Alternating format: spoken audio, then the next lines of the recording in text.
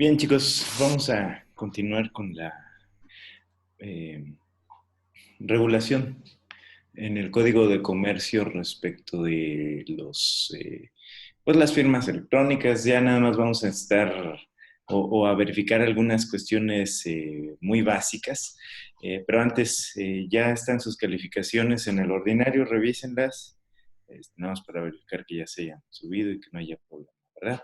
Bueno, entonces, como veíamos, ¿quién está a cargo de toda esta coordinación? Pues la Secretaría de Economía, ¿verdad? La Secretaría de Economía es la que entrega las certificaciones a las empresas particulares para efecto de que presten todos estos servicios que comentábamos, y es esta la que se encarga básicamente de verificar el cumplimiento de la normativa a fin de que pueda llegar a establecerse o a verificarse un esquema de seguridad sobre la utilización de todas estas nuevas tecnologías. Surgen muchas dudas, ¿no? Por ejemplo, ¿por qué el Poder Judicial de la Federación, el Poder Judicial del Estado o el Tribunal no utilizan estas empresas certificadoras para efecto de facilitar el trabajo, para efecto de coordinarse y que sea mucho más sencillo, ¿no? Por ejemplo, eh, eh, imagínense, si el Poder Judicial del Estado creara su plataforma, podría dejar a cargo de este tipo de empresas la obtención de firmas electrónicas avanzadas a fin de que se puedan utilizar en los procesos en línea. Y como lo vimos, pues no es caro, ¿no? Ahí en el peor de los casos cuesta 11 pesos la utilización de una firma electrónica, pero pues resulta eh, eh, bastante adecuado, pues porque ellos ya tienen la infraestructura. Lo único que hay que hacer es crear las plataformas para efectos de que puedan llegar a implementarse, ¿verdad? Pero pues bueno, esto nos muestra una, o nos da un ejemplo de la falta de coordinación que existe entre nuestros organismos gubernamentales, ¿no? El gobierno es como una hidra gigantesca y una cabeza no sabe lo que hace la otra.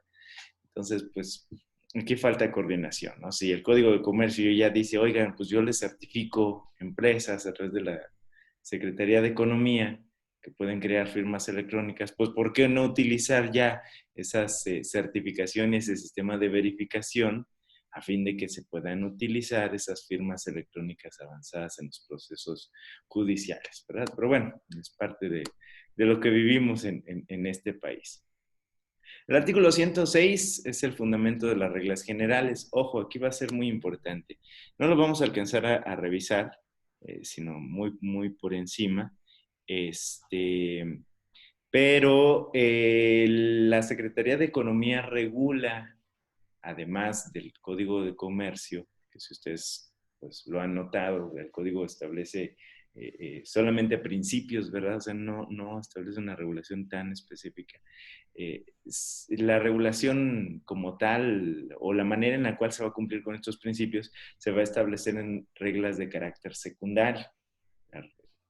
Algo así similar a la miscelánea fiscal, pero la miscelánea de la Secretaría de Economía para efectos del cumplimiento de este tipo de cuestiones.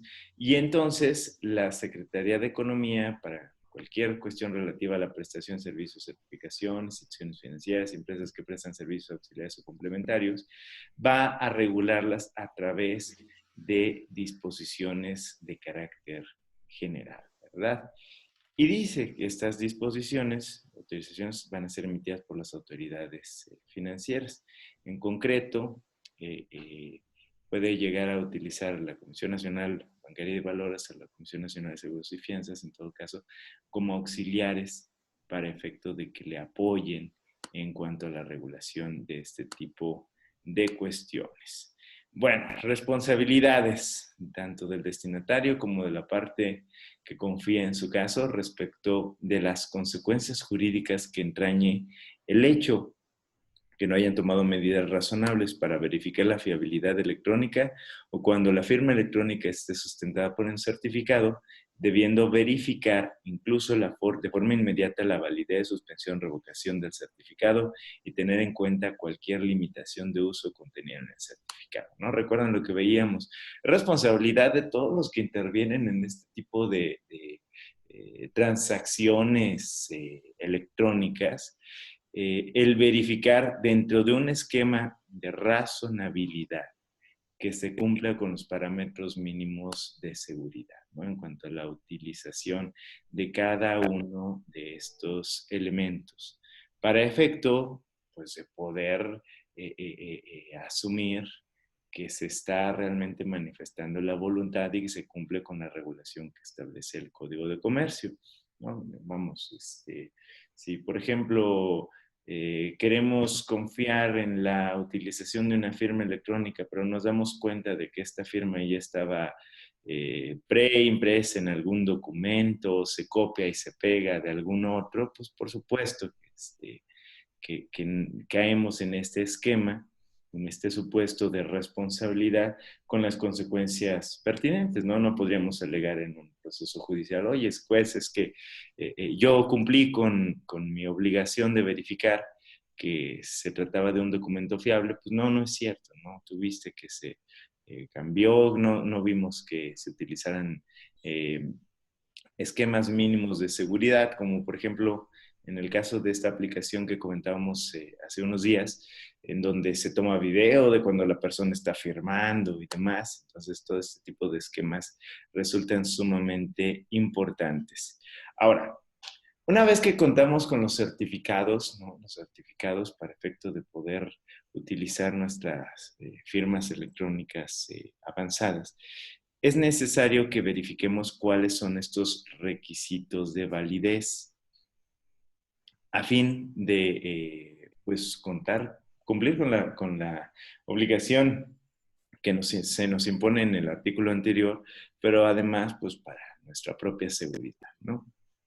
Entonces, ¿qué información debe de contar este certificado? La indicación de que se expide como tal, es decir, que se expide como un certificado de sello digital, debe de contar con un código de identificación único del propio certificado, debe de contar con el nombre del titular del certificado y periodo de vigencia. Aquí, como lo vamos a ver, el certificado tiene un periodo definido y determinado a fin de que se esté obligando al dueño de ese certificado a renovarlo de manera constante, como una medida de control por parte de la empresa certificadora,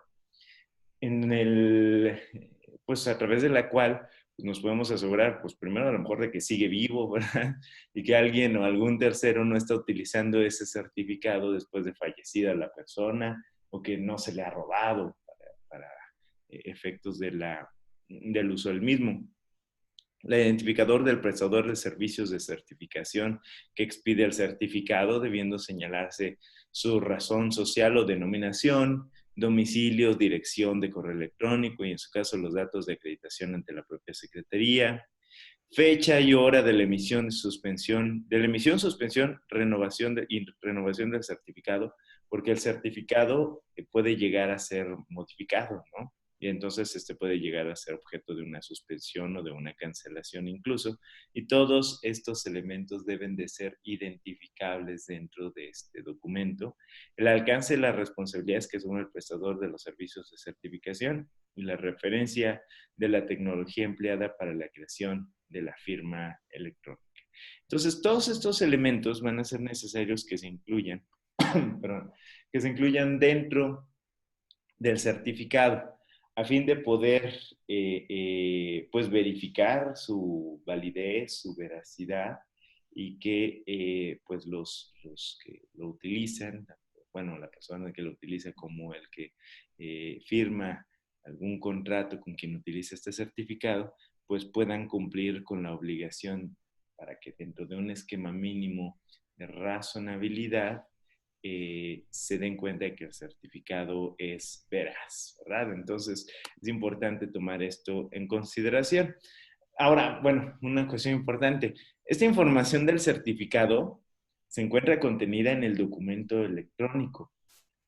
No, ustedes no podrían identificarlo a simple vista, sino tal vez con un análisis de los datos del propio documento, ¿no? Ya ven que aparece información del documento electrónico con fecha de creación, nombre y demás, en donde va a aparecer esta información.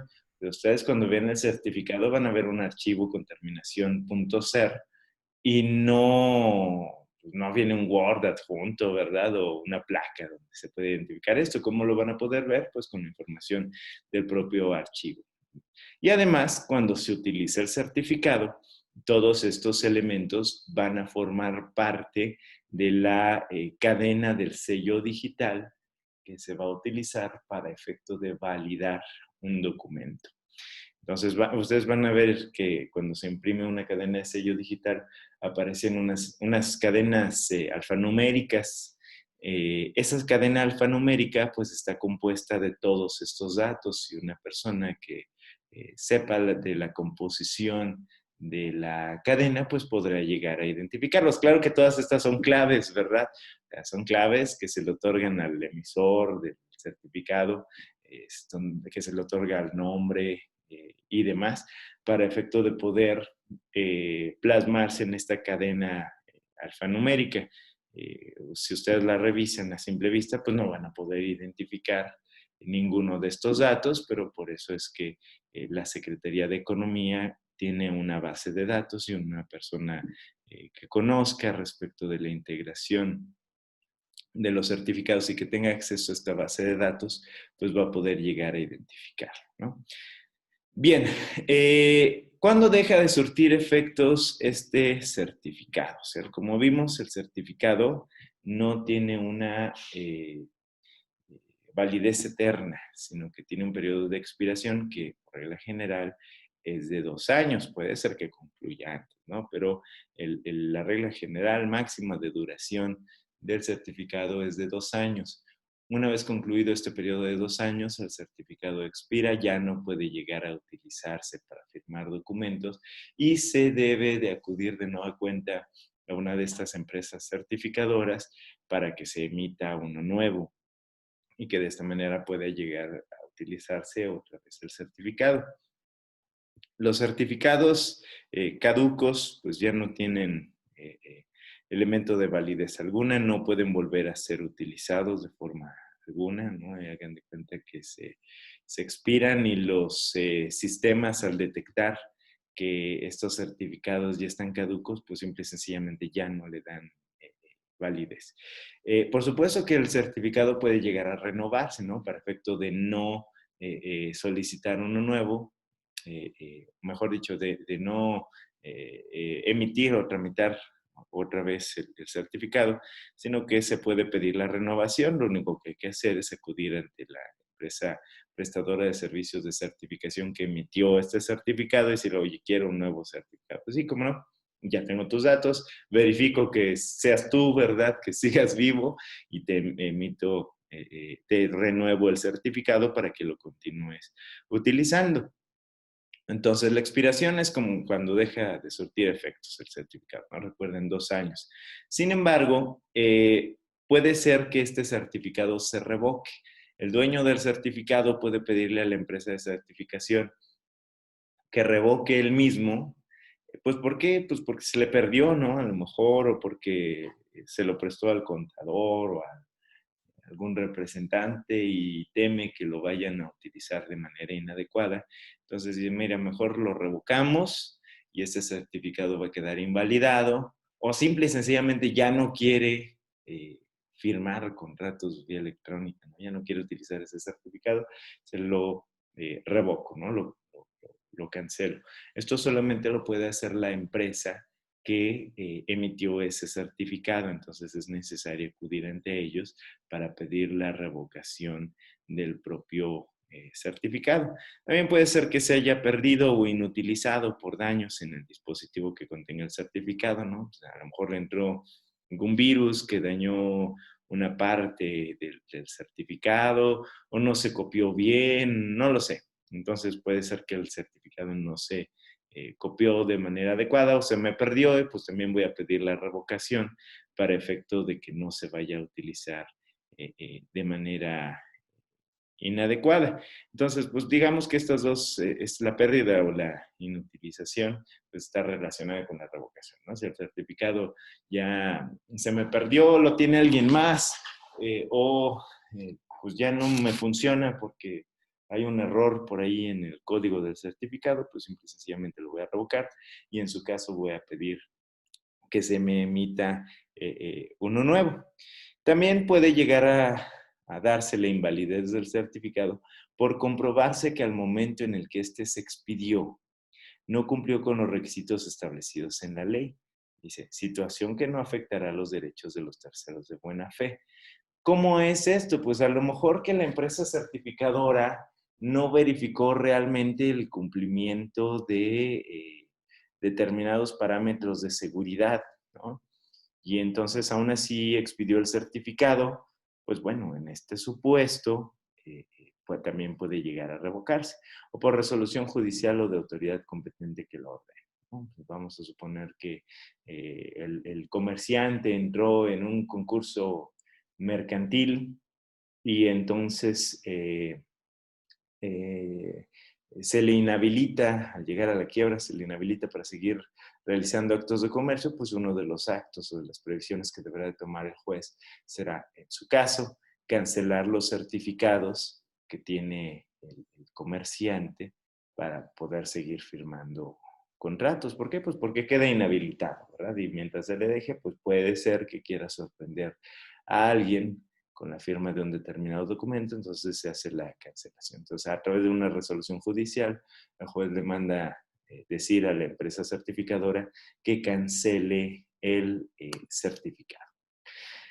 Bueno, y los artículos 110 y 111 establecen la posibilidad de aplicar sanciones a las empresas certificadoras por el incumplimiento de las obligaciones que se señalan en el propio Código de Comercio. Por supuesto que se establece que previamente a la emisión de cualquier sanción se le deberá de dar derecho de audiencia a efecto de que puedan defenderse, ¿no? Imagínense que tal vez se practica una revisión por parte de la Secretaría de Economía para verificar que se tenga un adecuado control con respecto de los archivos electrónicos, los documentos, los certificados, y se da cuenta la Secretaría de que tal vez hay algunas omisiones, pues entonces puede llegar a aplicar sanciones. Y en su caso, pues se puede llegar a aplicar la suspensión temporal o definitiva de las funciones. Pero todo este procedimiento no se encuentra contenido en el Código de Comercio, sino que nos remite el propio código a la Ley Federal de Procedimiento Administrativo. Ustedes seguramente ya estudiaron Derecho Administrativo y les dijeron que había una ley marco, una ley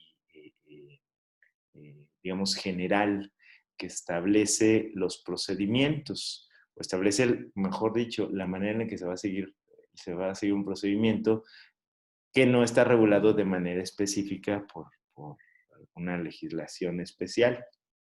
Lo que se hace básicamente en esta Ley Federal de Procedimiento Administrativo es señalar pues cuáles van a ser los lineamientos que deberá de seguir la Secretaría de Economía para efecto de poder revisar a las empresas certificadoras y en su caso sancionarlas, ¿no? Entonces, el Código de Comercio no nos dice cómo, sino que tenemos que aplicar la regla general del procedimiento administrativo que viene en la Ley Federal de Procedimiento Administrativo. Ojo, no se confunden porque luego quieren aplicar la Ley Federal de Procedimiento Contencioso Administrativo, son distintas.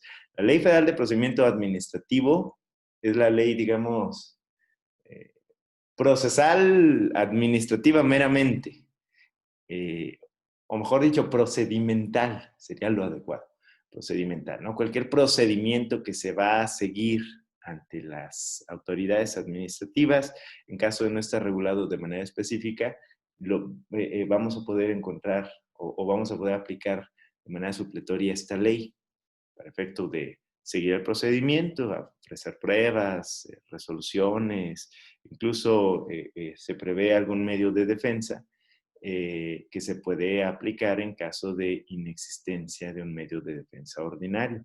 en sede administrativa. Y la Ley Federal de Procedimiento Contencioso Administrativo, hagan de cuenta que es el Código de Procedimientos, pero en el juicio contencioso administrativo, en el juicio de nulidad, que es distinto al procedimiento administrativo. Entonces, para evitar ahí algunas confusiones. Y bueno, en todo caso, cualquier sanción que se aplique a las empresas certificadoras de carácter meramente administrativo va a ser independiente de cualquier responsabilidad civil o penal en la cual puedan llegar a incurrir estas empresas certificadoras. Por ahí si pueden, échenle un ojito o un repaso a la Ley Federal de Procedimiento Administrativo, pues para efecto de que tengan un poco mayor de amplitud sobre el tema, que ya debieron de haberlo revisado dentro de su materia de derecho administrativo.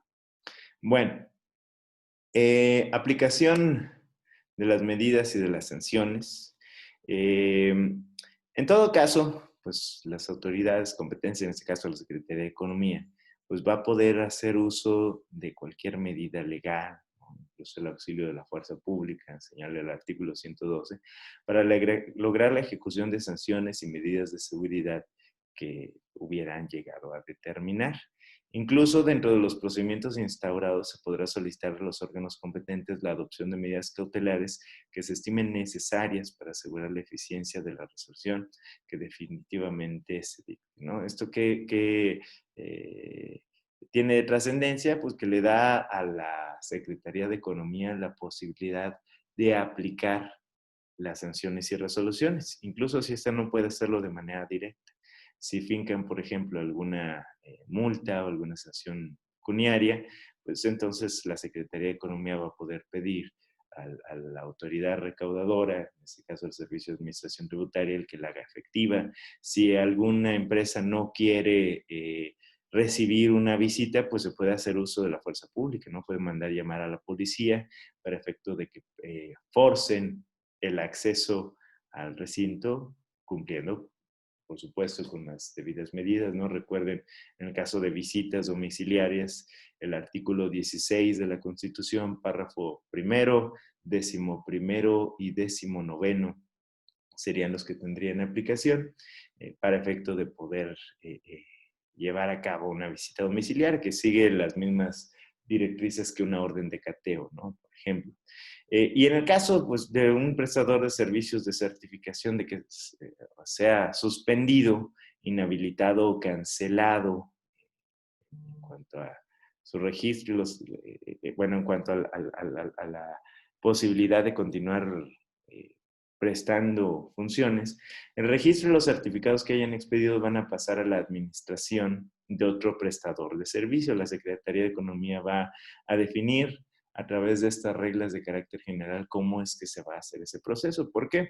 Pues porque no se puede dejar en indefensión a los particulares que tienen tratos con la Secretaría de Economía, ¿no? Imagínense que ustedes celebraron contratos a través de vías electrónicas y eventualmente el prestador de servicios resulta inhabilitado por incumplimiento de las disposiciones que marca el Código de Comercio. Se le sigue el procedimiento conforme a la normativa aplicable y establecida en la Ley Federal de Procedimiento Administrativo, y se le sanciona y la Secretaría finalmente dice, ¿sabes qué? Te voy a inhabilitar para que continúes prestando servicios de certificación. Pues toda la información que está bajo el resguardo de esta empresa certificadora debe de pasar a la administración de otra. ¿Por qué? Pues porque esos contratos, esos certificados, toda esa información va a continuar teniendo efectos en el mundo de lo jurídico y no puede simplemente dejársele a estos terceros, pues en estado de indefensión, ¿no? Pues ya le cancelaron a mi empresa y entonces yo qué hago, ¿verdad? Si tenía ahí unos contratos y demás, ¿qué va a pasar? Bueno, pues entonces la Secretaría de Economía va a decidir quién es el que se va a encargar de esta información a efecto de que se le siga dando continuidad al resguardo de la misma. Bueno, y así llegamos al capítulo 4, que es el reconocimiento de certificados y firmas electrónicas extranjeros, ¿no? Que recuerdan que ya lo habíamos comentado cuando hablábamos de los principios que aplican a todo este tipo de cuestiones. Y pues esto realmente es bien sencillo, ¿no? Dice el artículo 114. Para determinar si un certificado o firma electrónica extranjeros producen efectos jurídicos o en qué medida los producen, no se tomarán en consideración cualquiera de los siguientes supuestos. Ojo, no se tomarán. La ley parte del principio de la buena fe y dice, ok, no vamos a discriminar si se da alguno de estos supuestos.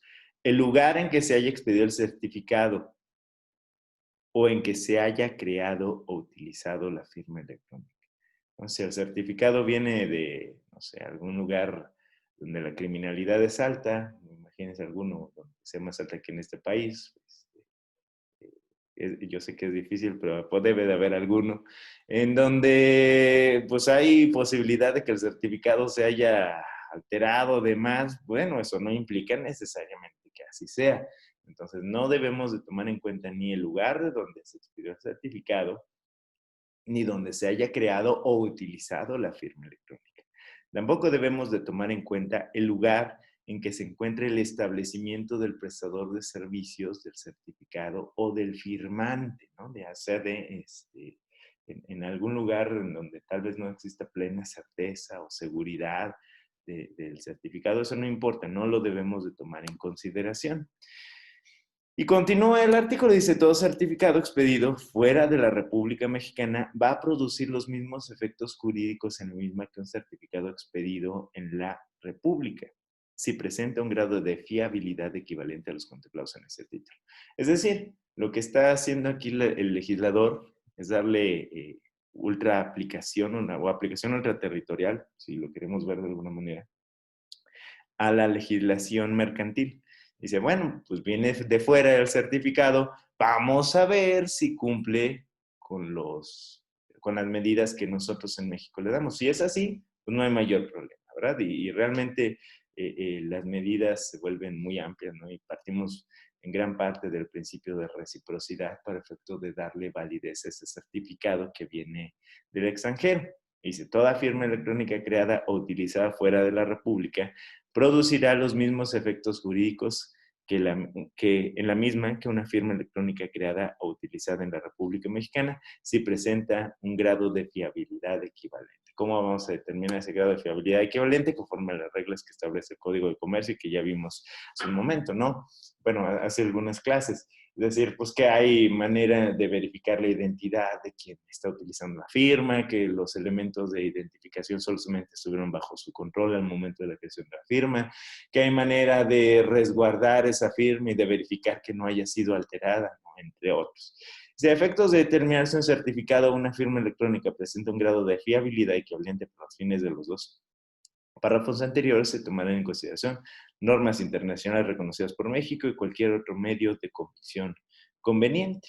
Y termina cuando, sin perjuicio de lo dispuesto en los párrafos anteriores, las partes acuerden entre sí la utilización de determinados tipos de firmas electrónicas y certificados, se reconocerá que ese acuerdo es suficiente a efecto del reconocimiento transfronterizo, salvo que ese acuerdo no sea válido o eficaz conforme al derecho aplicado, ¿no? Y aquí vemos cómo se incluye la regulación por parte del derecho internacional a efecto de poder establecer la manera en la que se le va a dar validez a estos certificados o firmas que fueron creados en el extranjero.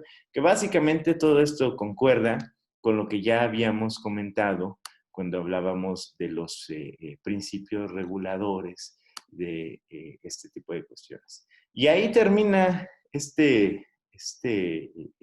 capítulo del reconocimiento de certificados de firmas emitidas en el extranjero. O sea, realmente no señala gran cosa, no son principios muy, muy básicos. Y pues bueno, lo único que resta es verificar la norma oficial mexicana 151. ¿No? Todas estas normas tienen nombres clave o una numeración que conforme a la ley de metrología y normalización permite su identificación. Y todas estas normas tienen como finalidad pues establecer la manera en la que se va a emitir opiniones o se va a regular cualquier cuestión que en el mundo de lo jurídico tenga una afectación respecto a medidas o pesajes, ¿no? O volúmenes de cosas. Entonces, o la manera en la que se va a verificar el cumplimiento de una normatividad específica. Les digo, todo lo que tenga que medirse o pesarse está regulado por la Ley de Metrología y Normalización. Entonces, esta norma pues señala los requisitos que deberán de observarse para la conservación de mensajes de datos y digitalización de documentos. No vamos a entrar al análisis de la norma, ustedes pueden consultarla a través de internet.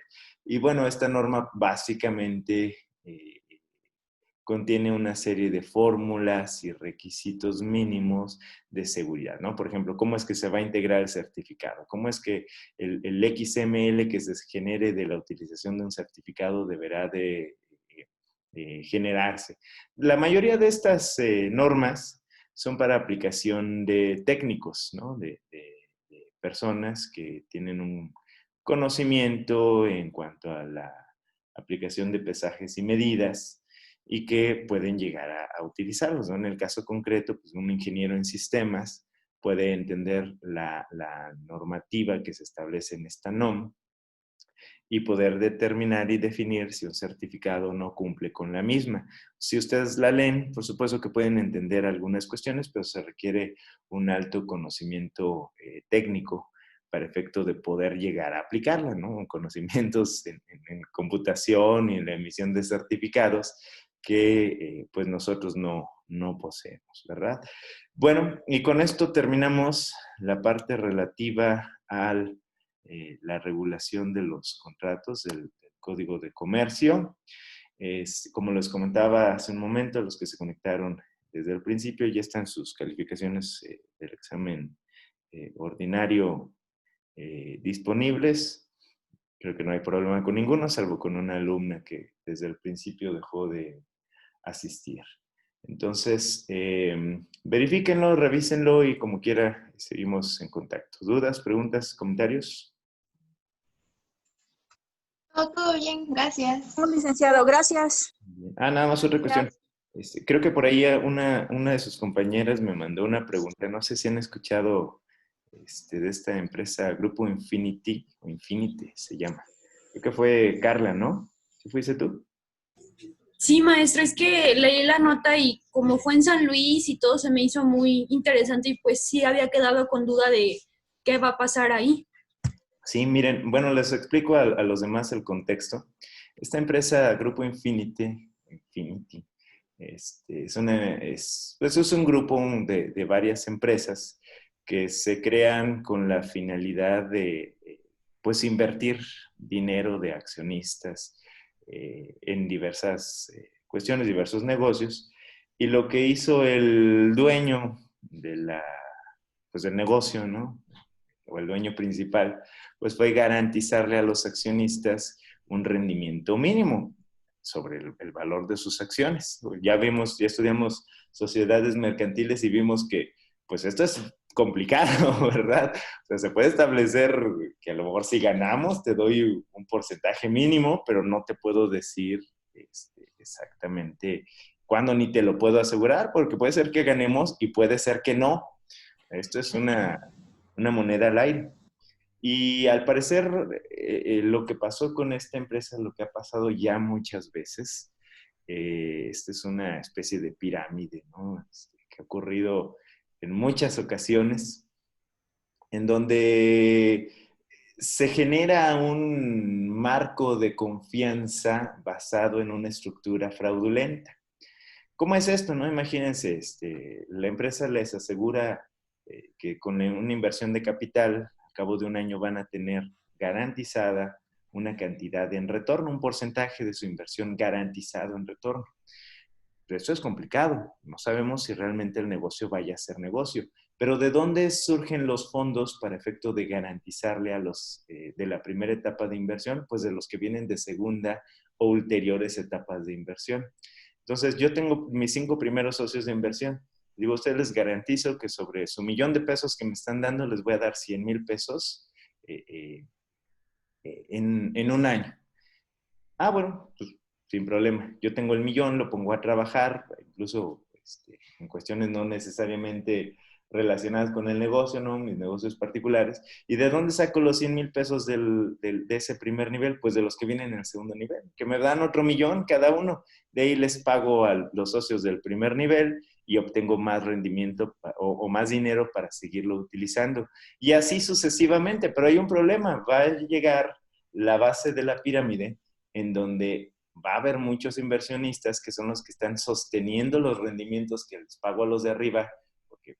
¿Por qué sosteniendo los rendimientos? Porque a lo mejor el negocio no es negocio o no es de la magnitud que todo mundo piensa.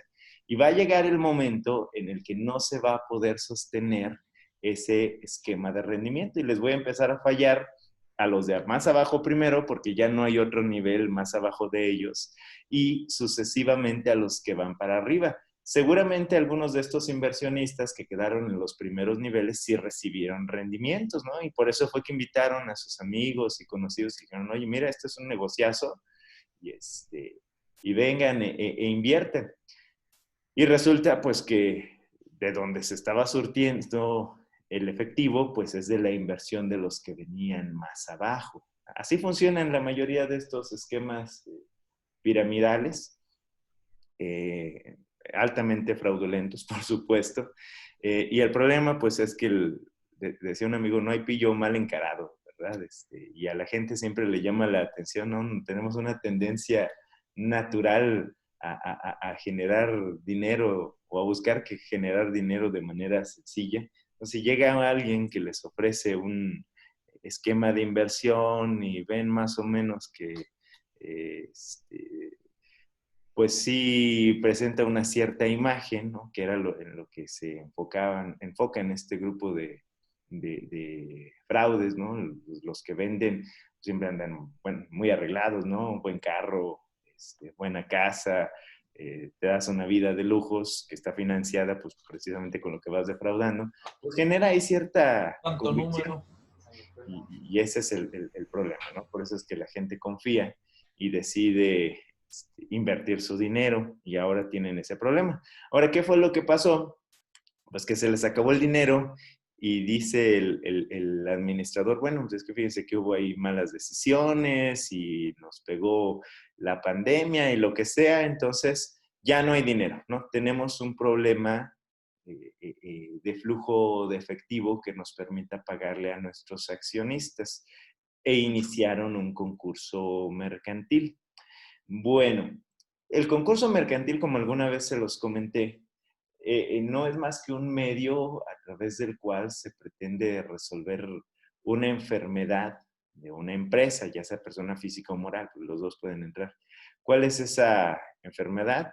Pues la falta de liquidez, básicamente. O sea, puede ser que la empresa tenga mucho dinero en inversiones, ¿no? En propiedades y demás, pero no tiene un solo peso para pagar la nómina ni a los acreedores. Entonces, el concurso mercantil es una manera a través del cual, con la intervención de un juez de distrito y del Instituto Federal de Concursos Mercantiles, se busca ayudar a esa empresa a efecto de evitar que sea desmembrada por los acreedores. Y lo primero que se hace es, pues primero verificar que realmente haya un incumplimiento generalizado de las obligaciones, como seguramente va a suceder. El juez de distrito, antes de emitir la determinación o la sentencia de concurso mercantil, que es un juicio particular, no es un proceso particular, inicia con una sentencia. La empresa presenta su solicitud de concurso mercantil o incluso alguno de los acreedores también puede hacerlo, decir, oigan, ¿saben que este Grupo Infinity me debe dinero, no me ha pagado, no tiene cómo pagarme, vengo a ponerle en concurso mercantil?